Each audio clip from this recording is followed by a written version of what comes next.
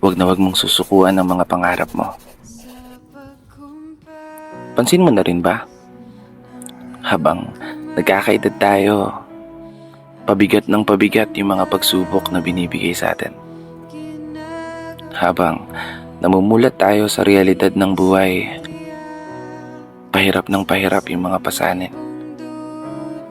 Tipong kapag di ka nagtrabaho, wala kang makakain. Kapag hindi mo sisipagan, hindi ka papalaran.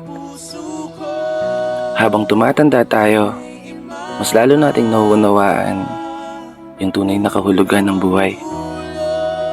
Gamit ang mga karanasan na nagpatibay, nagpahina, at sumubok sa ating katatagan.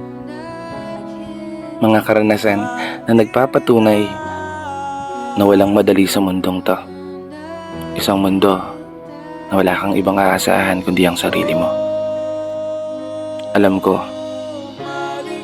kaya ka rin ng karamihan na maraming gusto. Maraming pangarap, maraming mga plano. At marahil, iniisip at inaalala mo rin kung paano mo magagawang ipanalo yung mga laban na palaging humahamon sa iyong pagkatao. Kasi gaya mo, minsan ko na rin pinagdudahan ng sarili ko. Magagawa ko ba?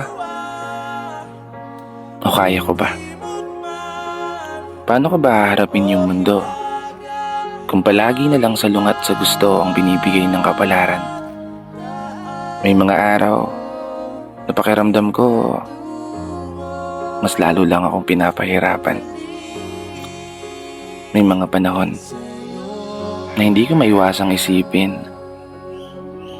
bakit punong-puno ako ng kamalasan. Dahilan para araw-araw kong maranasan yung hirap ng buhay na ayokong maranasan. Alam ko, kasama to sa proseso. Lahat ng ito ay parte lamang ng iyong mga plano. Kailangan ko lang maging positibo. Palaging itatak sa sarili na magagawa ko tong maipanalo.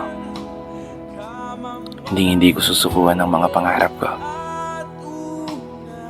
Aasahan ko ang gabay mo. Kaya isang pagpupugay para sa lahat ng mga tao na patuloy sumasabay sa hamon ng buhay.